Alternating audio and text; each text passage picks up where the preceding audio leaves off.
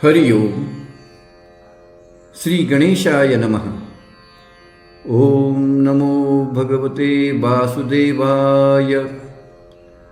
श्रीमन् महर्षि वेद व्यास प्रणीतम स्कंद महापुराणम तत्रादौ प्रथमं माहेश्वर खंडम प्रारभ्यते। अथ केदारखंडम प्रथमोऽध्यायः। मंगलाचरण वर्णनम। ओम नारायणं नमस्कृत्य नरं चैव नरोत्तमं देवीं सरस्वतीं चैव ततो जयमुदीरयेत्। नारायण, नर, नरोत्तम, देवी तथा सरस्वती को प्रणाम करके जय यानी पुराण का वर्णन करता हूँ। व्यास उवाच यस्याज्ञया जगत्स्रष्टा विरिञ्ची पादको हरिः संहर्ता कालरुद्राख्यो नमस्तस्मै पिनाकिने। तीर्थानामुत्तमं तीर्थं क्षेत्राणां क्षेत्रमुत्तमं तत्रैव नैमिषारण्ये शौनकाद्यास्तपोधनाः दीर्घसत्रं प्रकुर्वन्त सत्रिणः कर्मचेतसः तेषां सन्दर्शनोत्सुक्यादागतो हि महातपाः। व्यासशिष्यो महाप्राज्ञो लोमशो नामतः तत्रागतं ते ददृशुर्मुनयो दीर्घसत्रिणः उत्तस्थुर्युगपत्सर्वे सार्ध्यहस्ता समुत्सुकाः दत्वार्ध्यपाद्यं सत्कृत्य मुनयो वीतकल्मषाः तं प्रपुच्छुर्महाभागा शिवधर्मं सविस्तरम्।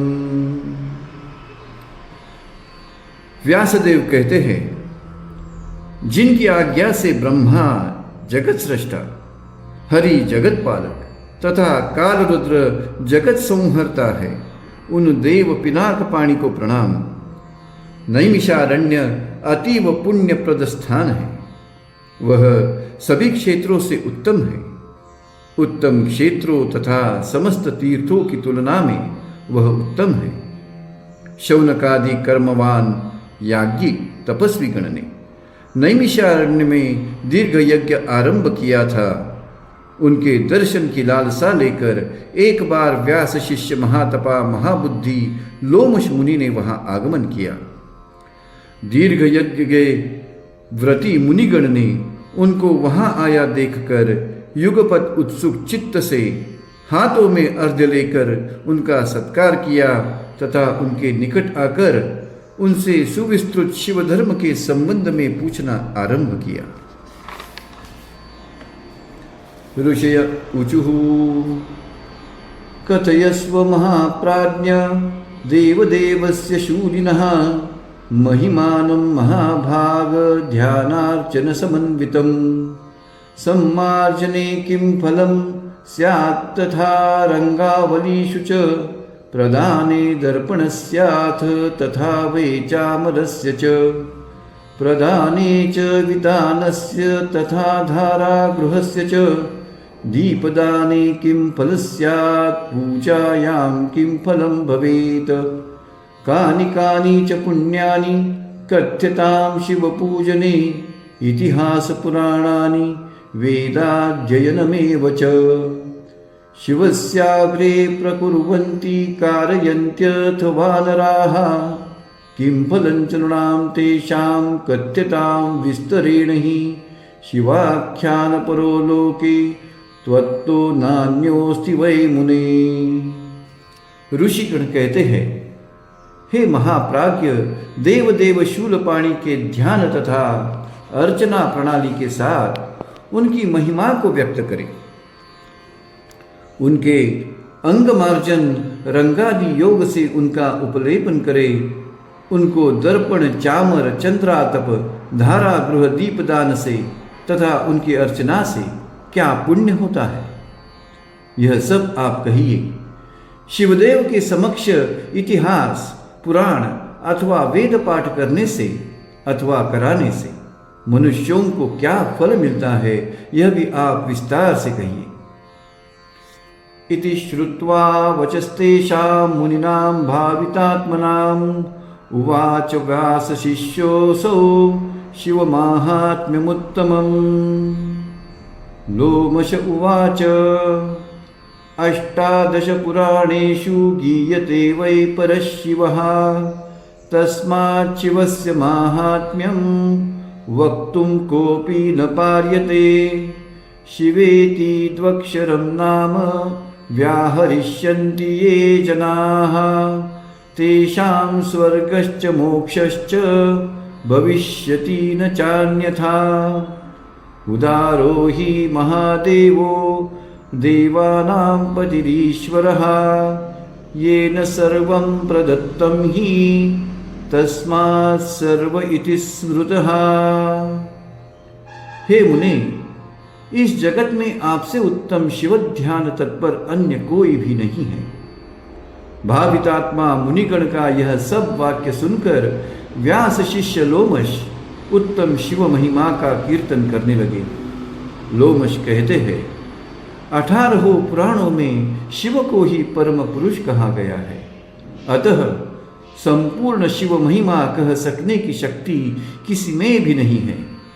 जो कोई भी इन 2 अक्षर के शिव नाम कीर्तन को करते हैं उनको स्वर्ग तथा मोक्ष निश्चित रूप से मिलता है। उदार चेता महादेव देवताओं के अधिपति है। इस जगत को सर्व वस्तु प्रदाता वे ही है, इसी कारण उनको सर्व कहा गया है।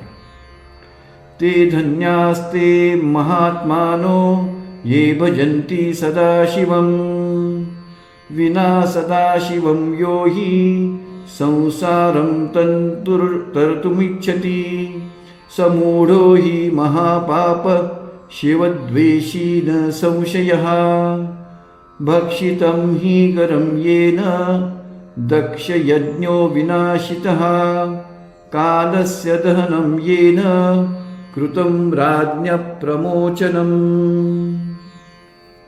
जो सर्वदा शिव सेवा में रत रहते हैं वे ही धन्य तथा महिमान्वित है। सदा शिव देव की सेवा के बिना जो मनुष्य संसार से उद्धार की चेष्टा करता है वह वास्तव में मूढ़ महापापी तथा शिवद्वेषी है।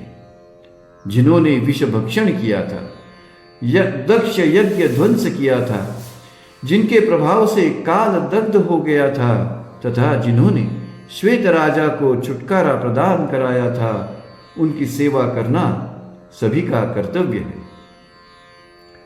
ऋषय ऊचुः यथा गरं भक्षितं च यथा यज्ञो विनाशितः दक्षस्य च तथा ब्रूहि परम कौतूहलं हिनः। ऋषिगण कहते हैं, महादेव ने जिस प्रकार से विष भक्षण किया था तथा दक्ष यज्ञ ध्वंस किया था वह हमसे कहिए, हम सबको वह सुनने को अधिक कुतूहल हो रहा है।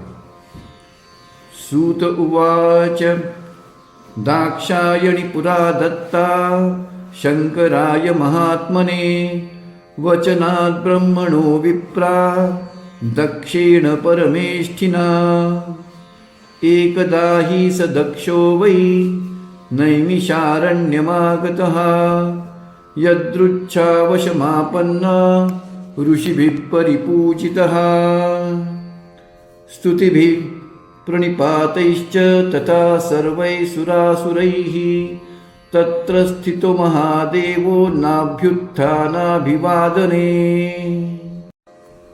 चकारास्य ततः क्रुद्धो दक्षो वचनमब्रवीत् सर्वत्र सर्वे हि सुरासुरा वृषं नमन्ति मां विप्रवरा समुत्सुकाः कथं यशो दुर्जनवन्महात्मा भूतादिभिः प्रेतपिशाचयुक्तः श्मशानवासी निरपत्रपो ययं कथं प्रणामं न करोति मेधुना पाखंडिनो दुर्जना पापशीला विप्रं दृष्ट्वा चोद्धता उन्मदाश्च वद्यास्त्याज्या सद्भिरेवं विदाहि तस्मादेनं शापितुं चोद्यतोऽस्मि। सूत जी कहते हैं, हे विप्रगण, प्राक काल में परमेष्टि ब्रह्मा के कथनानुसार दक्ष प्रजापति ने अपनी कन्या दाक्षायणी को महात्मा शंकर को प्रदान किया था। तदनंतर एक बार दक्ष प्रजापति अपनी इच्छा से नैमिषारण्य में आए।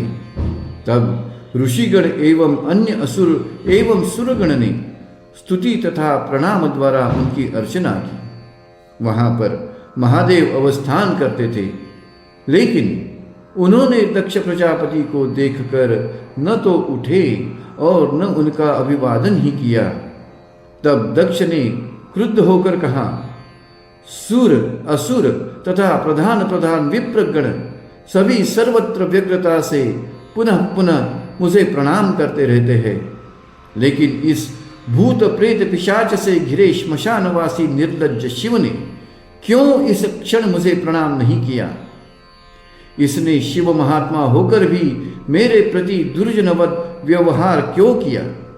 जो पाखंडी, दुर्जन, पापी, गर्वित तथा ब्राह्मण के प्रति असत व्यवहार करने वाले हैं, उनका वध करना अथवा उनको त्याग देना ही साधुगण का कर्तव्य है। अतः मैं इस शिव को शाप देकर सबके लिए त्याज्य घोषित करने हेतु उद्यत होता हूँ।